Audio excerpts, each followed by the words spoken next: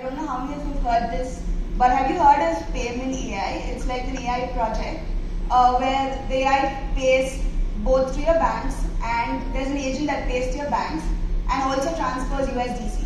So, or USDT or any of those tables. So if that is there, my mom would never know that she's using her USDC.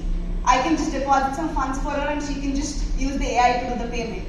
And she would never figure out it's a crypto wallet, she would never figure out it's an agent that's doing it for her. And that's the kind of adoption we are looking into. Imagine you have it for like, let's say every other Shopify application has a payment gateway, right?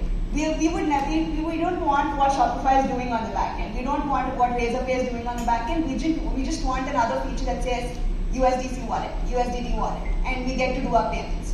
One of my colleagues from Portugal actually buys groceries and stuff like that through his card. And I don't think he knows what's happening behind. I don't think his wife knows what's happening behind. And they're not into the crypto space.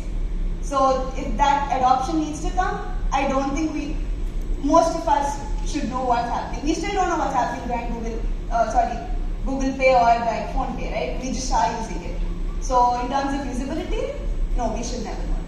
Cool. So in summarize, we need more agentic wallets. Yes. Very bullish on it. Yeah, awesome. Prashant, please.